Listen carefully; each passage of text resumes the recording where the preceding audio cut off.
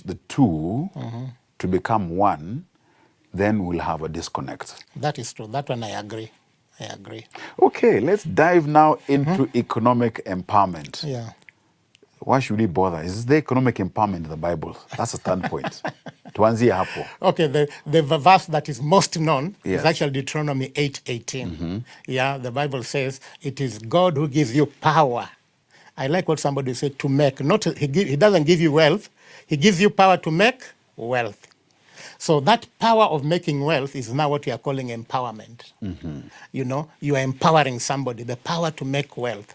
And it can be in various forms. For example, why do people go for school? They're empowered through education to make wealth. Why is somebody onboarded in his place of work, promoted, career progression? It is because he's being empowered to create wealth. And in business, why do a business owner go for trainings, skills, go even for financing? You know, there are various forms of being empowered to create wealth. So basically, that's what I was going to just define being empowered to make wealth, as per Deuteronomy 8:18. Now, empowerment. Are we then seeking, to what end, asking for a friend? In terms of, is it equity we are seeking or equality we are seeking? Is there a difference, and how do we arrive? I think none of those, but I may be wrong. Of course, that's what we need to discuss. Yes. When God created Adam, and of course Eve in the Garden of Eden, there was abundance. There was actually a lot of abundance. There was no lack. But many years later, of course, when the fall of man, we start fighting conflict, you know, people fighting, even greed. So you find over the years, lack now dominates. And of course, even when we talk like in our country currently with the cost of living, poverty increases also. So I think for me, when we talk about empowerment, number one, can we go back to where each individual, each family, each community has abundance? And that's what the Bible says, power to create wealth, power to make wealth. Because, you know, the Bible also says that a borrower is a servant to the lender. So God does not want any of us. In fact, of course, when he's blessing the children of Israel in the book of Deuteronomy 28, he says, you shall be lenders, not borrowers. So we become IMFs. Yeah, we become IMFs and World Banks and and the KCBs. Yeah. Now, while we're on that, why do you think there is those who have and those who don't have? Because when you have the divide and the gap between the have and the have-nots, then how does it manifest in society? What are the symptoms? What do we see? Now, it's very interesting because Jesus himself said, the poor you have always.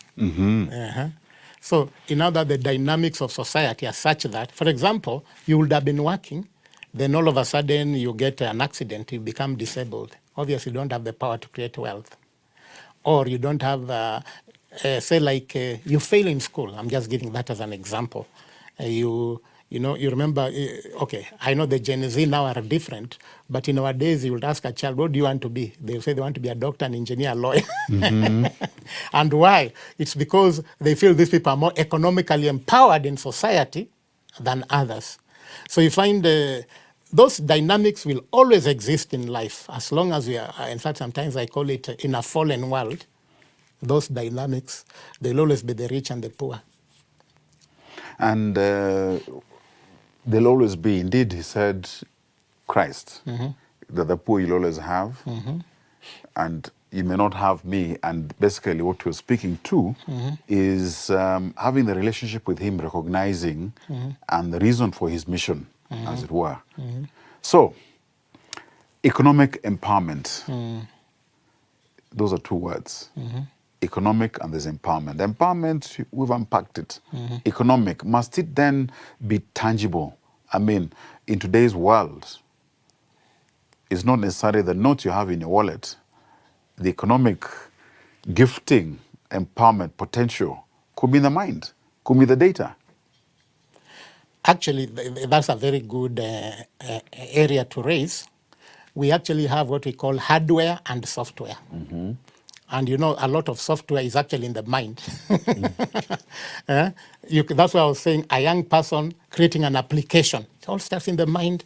The application, you know, comes out before you realize that the application is being used all over the world. So it has nothing to do with hardware.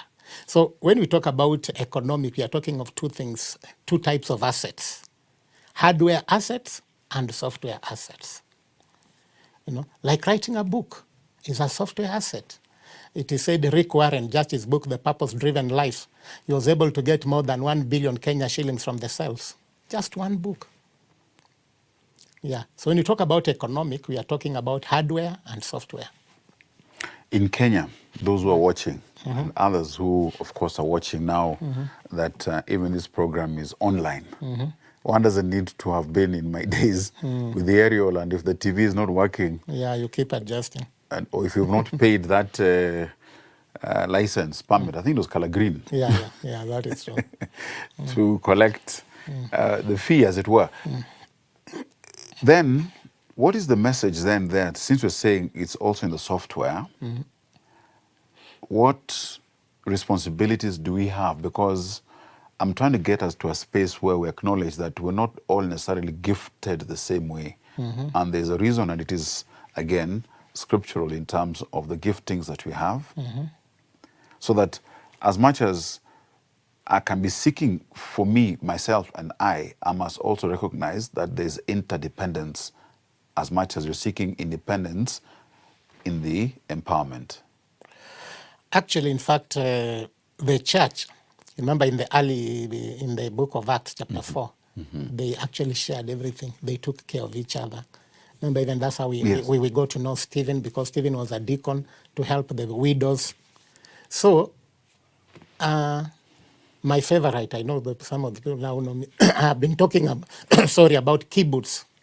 In kibbutz in Israel, the people come together to live together, share, resources together, and nobody lacks.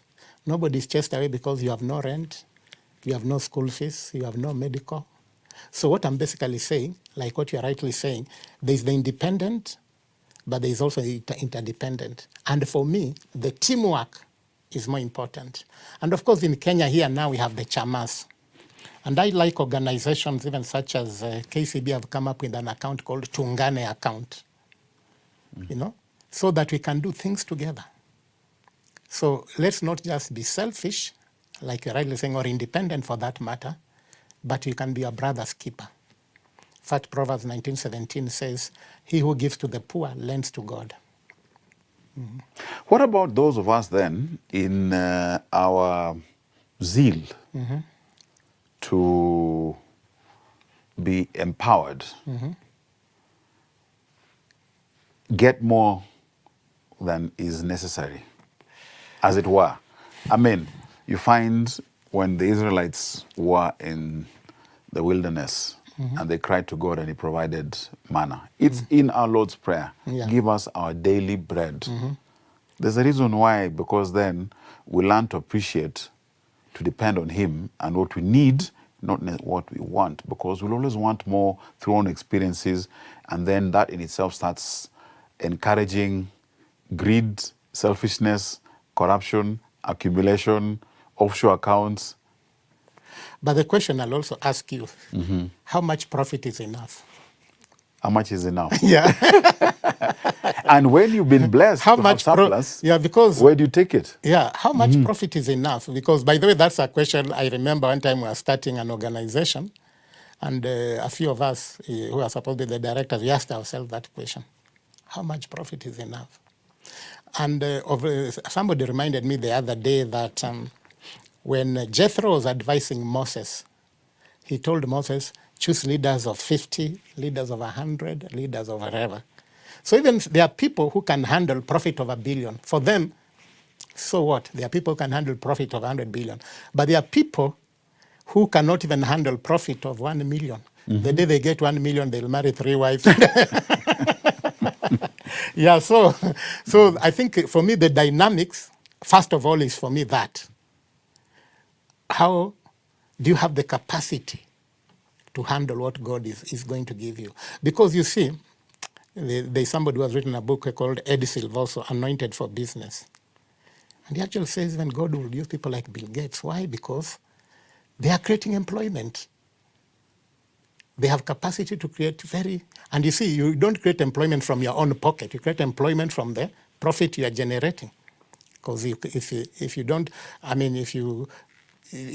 generate profit, you won't employ more people. So the point I'm trying to say is profit is not bad, and even a lot of it is not bad, but I think you just need to be a good steward of what you are generating. Yeah.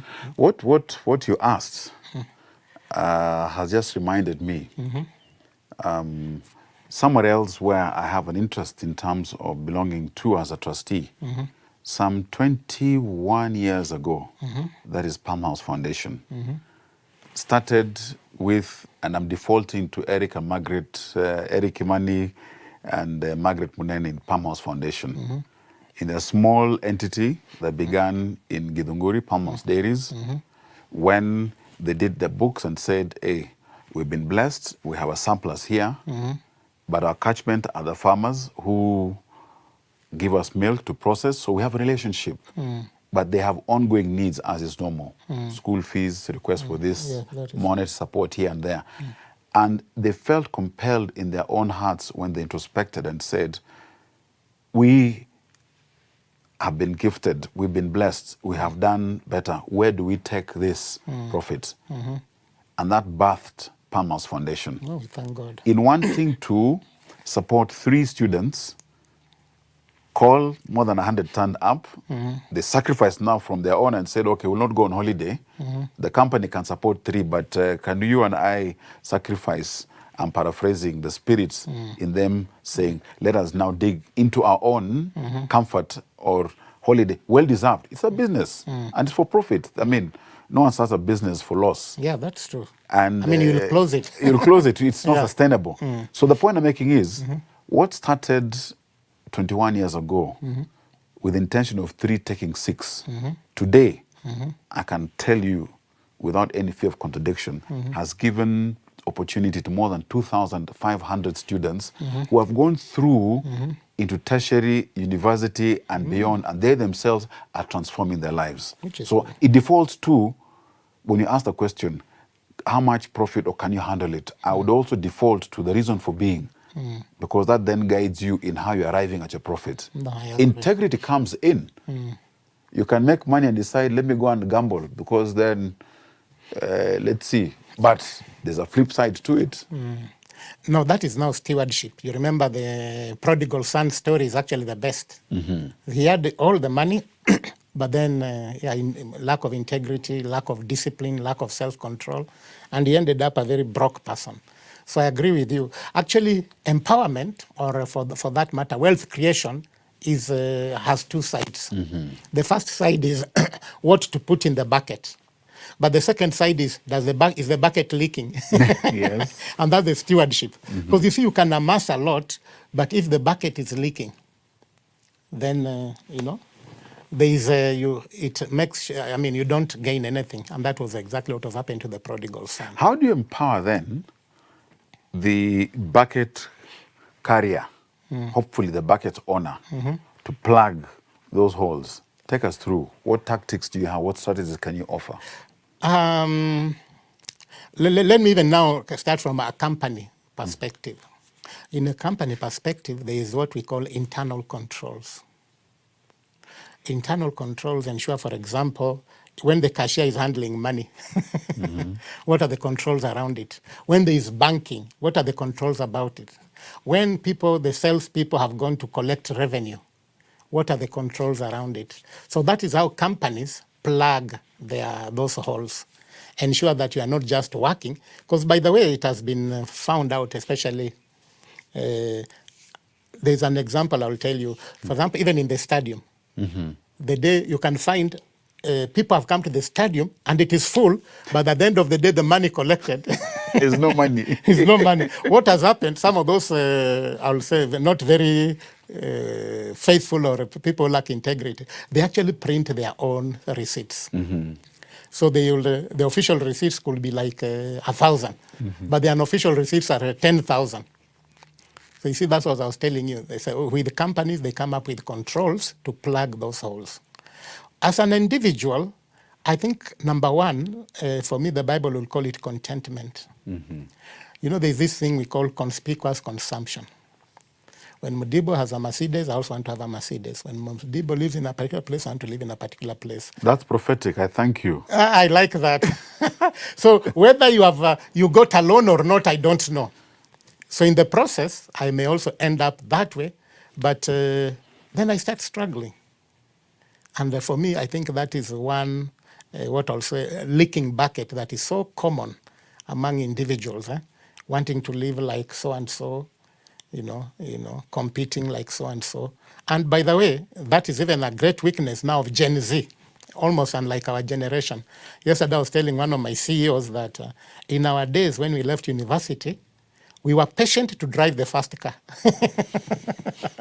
Some of us maybe took 6, 7, 8 years to actually drive your first car. But you were contented. There was no pressure. I think those are not the days. Okay, there was a little pressure, but not as much, because there was no social media to post. And see, this is the young man who were together in university, posing with a picture next to a Porsche. Maybe it is photoshopped. Yeah. So I think for me, in terms of plugging holes for an individual, or rather ensuring that there are no holes in your bucket, is number one, please live a contented life.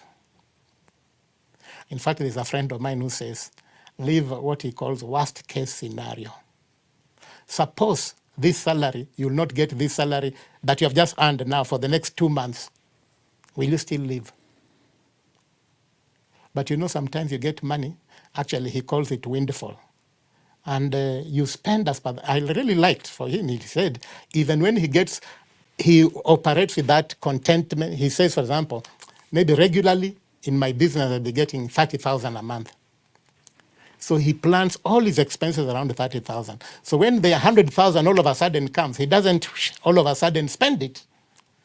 He now makes it as part of his long-term development. So for me, I think that for me was a very sound advice. Live within your means. Plan within your means. Yeah. But are you trying to suggest that I should live like a pauper? No. There's this thing people call financial goals or financial plan. And the Bible says, he who is faithful in little shall be faithful in much. And it happens to all of us. I mean, most of these guys, I can tell you for free, because some of them are my friends who are together in college, who are now in Karen and all these places. When we left college, they were in Umoja, Dandora, Buruburu. But at that time, they were contented at that level. Yeah. So I'm not saying you should live as a pauper, but I'm saying have a plan. Say, at this level, I'm going to live here. In case the income increases, I'm going to live here, and so forth. How do you then on board or have a mindset then of planning? If you take me through the basic phases of empowerment, Okay. what obligations do I have? Because then, recall, we are not islands unto ourselves. What obligations do I have? And I want to get on to, again, Jesus, when he was asked on matters taxation, because you must be current. Okay, so go ahead. And then he asked and said, give me that dinar, give me that coin. So he was given a coin and he asked, whose face, whose inscription do you see? Caesar's. Pandingine, nani. And then he says, give to Caesar. What is Caesar's? In Jesus' time, there were tax collectors. There was KRA of those days. And some of them were on the tree. If you know, you know. I know. So what obligations do you have when you're economically empowered so that then others can for the good of all? And to what extent then do you say, this is what is comfortable for me to give?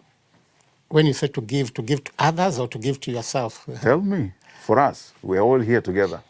There is what we call basic needs: food, shelter, and clothing. And of course, some people now have added to that basic needs, maybe education for your children and medical for the family. So you can put those 5 needs as basic needs. Now, now the whole idea, by the way, now I'm not, okay, let me put a caveat, or I'm not a tax expert, so let me put that caveat. Yeah, that's right. We will get tax experts on the show. Yeah. Yes. Let me put that caveat. But what is the whole purpose of, for example, even just a loan? When you get a loan from the bank, what is the whole purpose of that loan? Is to empower you. So me, I'll also look at taxes that way. What's the whole purpose of tax? Do they empower you?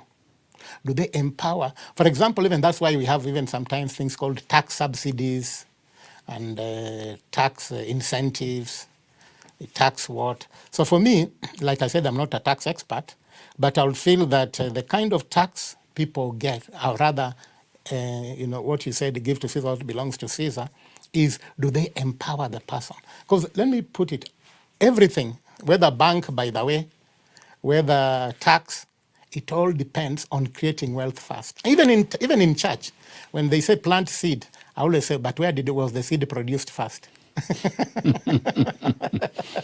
Yeah, so the whole idea is, let's do production. Let's maximize productivity. Yeah, because if we maximize productivity, and that's even, again, back to just an example of a bank and a loan, I mean, given, the more you make profit, actually that's why you find some banks say they work with you. You started a small business, then because of they have empowered you with the loan, then you bring more stock and so forth, you sell, then you keep on growing. So for me, I also feel whoever is taxing us, can he be sure that Odima was at this level, in the next 2-3 years, I'll take him to this level? So for me, that's what I'm saying. Let tax be based on wealth creation. And of course, the current debate is let it not be taxed on asset, on your car, because your car, like now, maybe your car is just parked there. It's not earning anything. Yeah. In any case, I pay taxes on that car that is there, and it's running also, is consuming, fuel. And tax is also being levied on the same. That is true. So then, when you look at then our attitudes towards those who are blessed, those who are empowered, in terms of obligation to the rest, what should we have as our attitude? I think number one, it happens by even in a family. In all families, not everybody is rich, or rather rich equally. Of course, I'm sure some families, there are people who are fairly rich or rather whatever. But in a typical average family, you find some are well off and others are not. So what should be the attitude of those people who are not well off? Pray for them, support them. Let it be what I'll call a win-win. Let's not feel bad that Modibo is doing better than me. Let's cheer one another, because those could be our Eliud Kipchoges. Let's cheer them. Let's cheer them on. So that's really should be my attitude. I don't think we should have the so-called communist or socialistic attitude of looking down on. I mean, even you remember that first story I gave of the Bible where they shared all things in common. They said there was a Barnabas or a Joseph who sold his land. Now, you don't sell an asset you don't have, isn't it? You must have it in the first You must place. have an asset. So we thank God for people with assets. We really thank God. And we should even pray. Because like I was saying earlier, remember, that there are people who can manage 50, who can manage 100, who can manage 1,000. There are people who can manage more. Yeah. What about then empowerment? Where is the role of the church in empowering? Because church is where we find the whole definition of family, and not necessarily biological, but church is where we go. How can church be involved in economic empowerment and even guiding, nurturing, oversighting, building in integrity, accountability in it, Thanks. practically speaking? For me, by the way, that's now my passion. And for information, the CEO Association, we have partnered with EAK, and the whole issue of the partnership is economic empowerment. And we have started engaging with EAK, and we realize there's a gap. This is on a light touch. If you ask any, or rather most, not all, if you ask most pastors whether they learned anything to do with investment and finance in theological college, none of them learned. So for us as the CEOs now who are in the marketplace, we are seeing this as an opportunity to partner with them, so that the only time we are hearing on Sunday is not just give, but what is also the empowerment behind it. Yeah, before, is this person empowered if they are doing trading? Is this person empowered if they are doing manufacturing? Like you in the media, is this person empowered when they are doing media? And you've heard, of course, some communities, they really support each other. For example, they want to go give somebody else a contract on media if the people within the church. Yeah. So I think for me, that's actually number one in the church. Can we start supporting our own without apology? Yeah. So for me, that will be the first strategy the church can do, economic empowerment. Of course, I'm happy that at least this second one of church taking care of the poor, a lot of churches do, which we really thank God, because that is really part of economic empowerment. Then the third one, for me, is spiritual warfare. Yeah, in fact, in our last meeting at the CEO Association, that's one of the things our topic was kingdom dominion in the marketplace. And we realized it's not only Christians who are in the marketplace. Yeah. And some people are cleverer than us. They come up with very good strategies. We are not saying we should copy and paste those strategies, but can we also come up with strategies that can empower Christians in business, for example? Yeah. You know, they say in every marketplace, there's always that fellow who is network imepotea. So do you have those in the marketplace of CEOs? I doubt. I doubt. You know, to be a CEO, you need to really have a very clear mind. Otherwise, I don't think you can be a CEO and you are a Mathare case. Yeah, I think the two will hardly go. What happens then? Our God is one of second chances. You know, we can all be here and talk nice and empowerment, and it's all heaven on earth, which we desire. But in this world, when Christ was departing, he said, you will have problems. So as much as we are making that heaven to the extent possible while still here, we know it isn't until he comes. That is true. So then, when you have been empowered and you sleep, do you then get ostracized? Okay, you mean when you sleep, you don't do well, you fail. Okay, sleep. Okay, yeah. Oh, okay. Yes. Now let me put it this way: it is actually a very common thing. Even within our CEO Association, there are people who have been retrenched as CEOs. There are people who have lost their jobs as CEOs. There are people whose business are currently not doing well. Yeah. So as long as you're in this world, just like you're rightly saying, there's trouble.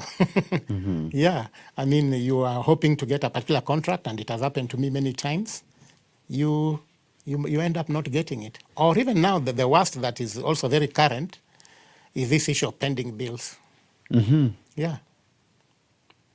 You know, you have done the job, you've done very well, and that has actually also quite affected some of my CEOs. So how are you dealing with it? In fact, now that you're on that subject, because then you find when you are requested to provide, and we presume that you did all the right things with integrity, you qualified, you are awarded, you supplied, in fact, you even paid taxes on your engagement.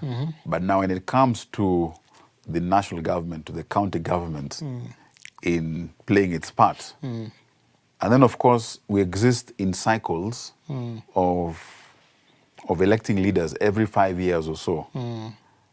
And unfortunately, when your delivery was done in another era, yeah, then you say we need to investigate to confirm, and we will have a task force to determine, and then we will tell you. Meanwhile, you who is CEO of a bank, who is also on the CEOs Association. Yeah. The bank has its obligation, it has Yeah. to meet its No, objective, I it agree, has I to, agree. and then you get auctioned. Actually, it's a very tough area. I agree with you. That is a very practical challenge we are facing in Kenya, not just even, of course, among my CEO Association members only, but across the board. Now, you had asked earlier, what should the church do? Maybe we should have a recall clause. A recall clause. If this government officer does not pay the pending bill, they should be recalled. Why not? But why not? Yeah, why not? Because there should be accountability. Because you see, like you're rightly saying, you even took a loan, like you're rightly saying, you paid for the products, you know, you paid your workers, you paid what? And you remember what I earlier said, economic empowerment should not just look at getting the tax. Actually, for me, pending bills will even be the first. If the government can solve that issue of pending bills first. As a first charge, Yeah, really? yeah, because then you see business people create wealth. So they'll even be able to create more wealth, employ more people. And you know, when you employ more people, then there are more people on payee, on income tax. More VAT being paid more. So I think that issue of pending bills is something that definitely needs to be tackled. What's your suggestion then as CEOs? Because I believe part of what you have is the collective voice in terms of lobbying and having a position. And within CEOs, again, you've got the legal minds, you've got those who've been affected, etc., and so on. What are you doing about it? Okay, I must admit Or there's opportunity, can I suggest? Yeah, okay, yeah, actually, in fact, I'm happy. That's a better word. Yes. There is opportunity for us to do more. Yeah, opportunity, because, for example, like that pending bill, you may discover I'm not the only one. But for now, because we may not know how many. So if there's a way we can know how many CEOs, for example, are facing that challenge of pending bills, and like you're saying, we have lawyers, actually, very good lawyers, we have what? Then can we come together? Can we be like one voice? So I agree with you. Not just, by the way, not just even within the CEO Association, even with the church. See, a lot of these people are members of churches. How many of us in churches have actually talked about that issue of pending bills? Should we be talking about it? Me, I feel, yeah, we should be talking about it.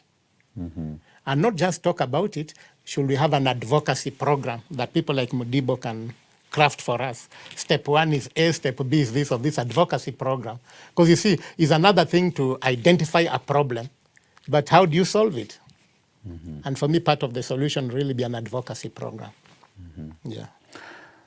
Church, again, is space that being practical, encouraging entrepreneurship ministries in the same, where there's mentorship, where there is guidance. What do you see, what can you encourage, and how can church still amplify and be involved in economic empowerment? Actually, of late, I'm saying every home fellowship, we should actually start there. Remember, Kenyans in general now have chamas, have cooperatives. So I think the church will encourage more cooperatives, more chamas within the members. And yeah, one of the meetings, like I said, we had of the CEO Association, I liked the idea, actually the speaker was saying, we can have at a local congregational level, but even across congregational levels. For example, suppose we had a cooperative of media professionals, a cooperative of doctors, across, a cooperative of teachers. Okay, of course, already I know nationally we have, for example, Mwalimu, but now within the church network, you see then for example, if those teachers decided we want to buy Makini, they would, because they are a cooperative. Yeah, so I think you are right when you say it's not just, you know, let the church encourage unity, and especially unity in economic matters. And key to this is that you find there's something that has to be binding, because you find within that DNA, the currency is one of trust. Yeah. The currency is one of integrity. They can be very basic, but they're very fundamental. Oh, they are. Trust and we is must actually then number one. support each other in that space, unapologetically. That Again, when you have been empowered or in the journey of empowerment, there's an obligation for you also to equally also play a part in empowering the next person, the next homestead, the next generation. For me, number one for me should be automatic. Remember what I said, if your business does well, the chances you're employing other people is high. Yeah, so for me, that obligation is almost, it goes with the business. Because if you're empowered, unless of course like I like the early example you gave where somebody even sacrificed their holiday amount. Yeah, so I feel if you keep on reinvesting in your business, the business is growing, you're actually giving back to society. And sometimes that's why you see even in some country they say, buy Kenya, build Kenya, or something, that kind of logo. If you can also go to a community and ensure that the farmers in that community have a market.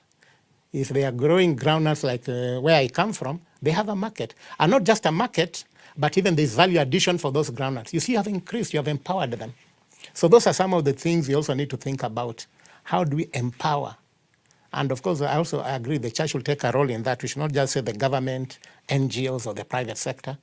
How can can the church, for example, buy a value addition machine for groundnuts, peanut butter, so that the value, what the value of what the farmers are getting is much more, and that will really improve their incomes. As we do so, and I know we're about to land this plane of empowerment. Okay. In terms of church. Because church, again, who is church? Where do they go? Who do you see in church in terms of profile? When does it start? Here I'm looking at, you've got the creche, Sunday schoolers, you've got the ropers, the youth, young adults, as they continue on. In those different phases in terms of the profiles, how do we build that entrepreneurial spirit with values? Number one, we need to have role models. Yeah, I think for me, actually that's the most important. In your business, in my business, am I a role model? Then, when we give these young people attachment or wherever internship, can they see? Because let me put it this way, life is all about, actually, in the Bible says, go and make disciples. Making disciples is actually mentoring. Yeah, so just like we can mentor people to be prayerful or to be evangelistic, right from, remember we, in Sunday school, there's a curricula, maybe in the youth and so forth. So I also believe we can also come up with what you are calling an entrepreneurship curriculum for that level, but at the, for different levels. But at the bottom line is role models. Will you have role models of integrity? Can people actually look at any Christian CEO and say he's a model of integrity? Yeah. But there's a flip side. When we have kama si sasa ni sasa hivi, and I'm seeking empowerment, which is, nobody feels bad when they look like they're succeeding. When people, we take selfies with you and we post and we say, yes, we're doing well. That is a world that encourages, that feeds into that. The danger is that then we can start chasing for its own sake and be detached and be disconnected. How do you put brakes so that we still move with that? And I'd like you to speak to humility, even when you've been blessed and what you give. I think humility starts with purpose. And one of my CEOs is very keen on that issue of purpose, Gabriel. Why are you in that business? Because you can actually just be in a business to be a Shylock. And of course, Shylock will not have any breaks. No, they wanaenda wakienda. Yeah, wanaenda wakienda. Remember, even that's why we have this shaming culture nowadays, even with these loan applications on mobile. Yes. They don't care. All of a sudden, you just find somebody ringing you or sending you a message. But when you know why you're in that business, purpose is number one. Then number two, obviously, is humility. That all that we have. Remember, Job said, naked I came to this world, naked I'll go. So again, they're just the issue of accumulating for the sake of accumulation should not actually be there. So if we have purpose right in why we are creating wealth, or why, like you're rightly saying, why you should be economically empowered. And then number two, we should know that there should be humility, so that we are not just amassing for the sake of amassing. Sometimes it's called consumerism. because everybody has an updated iPhone, I also want. Everybody has an updated this, I also want. Stewardship, when you're economically empowered, do you become an owner or a steward with greater responsibility and expected of you? Okay, the ideal of stewardship, obviously, is that we are just servants of God. In other words, what we have, we are finally accountable to God. But now, speaking now as human beings, obviously you are the owner. I mean, if you are the one driving that car, you are the owner of the car. So I think for me, the point I'm trying to say is, yes, at the end of the day, let us know it's God who gives us. We are just stewards of what God gives us. But also now, when we own those things, let us also own them now with a, can I say, first of all, with appreciation, grateful to God that He has given us, and secondly, with humility. Yeah. And as we progress on, you're a parent, a grandfather Yeah, of a boy or girl, that grandchild. boy. The male, is endangered. So I thank you for having at least one of your daughters having a small Rogerlet. Yes. The relationship in the home in terms of then empowerment, what would you encourage then in terms of exposure, in terms of guidance? Because you really are the first point of role modeling, positively or otherwise. Yeah, I think the whole idea, like I said earlier, and you asked that, if the church, let's now not even blame the school and the society, if the church empowers all of us as families, then definitely we shall all contribute also to bless our children, bless our grandchildren.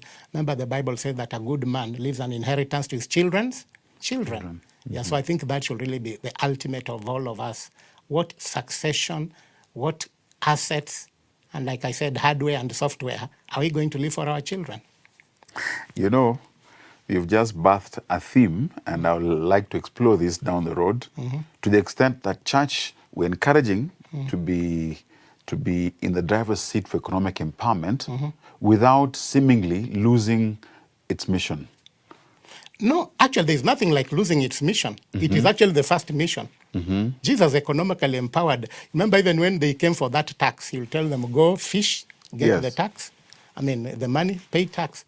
He never lost his vision because of economic empowerment. Indeed. In fact, on the subject of empowerment, there's a few did you knows, because we're about to land this plane, is that there are more verses where Jesus spoke about and where the Bible talks to the subject of money than even faith. And anyone can challenge me on this because there are more than 2,000 verses. That's good, I'm learning. Yet, on matters faith, 500. So you can see then it's not, the church will never, go out of its mission because it's speaking matters economic empowerment. Rogers, it's been a wonderful, wonderful session, and I'm very glad. And while you're on that subject, your final call to action, what would you say, parting shot? As Christians, let's come together, let's support each other. Like we said, other communities are doing that very well. We should also come together, support each other. And then number two, let's be people of integrity and stewardship, role models. Can the other people who are not Christians see that so-and-so is running a business, so-and-so is a CEO, but they are role models. So that's my parting shot. And CEOs Association, if I'm a CEO, do I need to be gray-haired, wisdom-haired? Or can a Gen Z become a CEO? Yeah. I'm encouraging Gen Z, please come. We like you had said earlier, that we need to enter into each other's world and benefit from each other's world. So, because then there's in the same world, otherwise we'll be talking at cross purposes. So then how does one then join? How do you reach out? How can one get in touch? How do we get to where you are? By the way, we have a website, ceoassociation.com. So I think you just go to that website. But also, of course, through Hope TV, or you can also get our contact. Get our contact. We actually have CEOs in many places, including the CEO of Hope Media. So, Wonderful. Our friend Dismas Makanda. Yes. Wonderful. No, it's been an enlightening discussion, and the whole subject of economic empowerment. So at least we can see there's convergence in terms of empowerment, in terms of faith, in terms of supporting each other, empowering each other, because only then we uplift all of us together. Thank you. Wonderful discussion, excellent insights, challenging. We look forward again. Let's do this next time. Tell a friend to tell a friend. This has been The Leader, courtesy of Evangelical Alliance of Kenya and Carter Lead. Bwana Rogers, asante Thank you sana. very much, Mudibo. Thank you. Thank you. My name is Edmund Mudibo. See you next week, same time. God bless.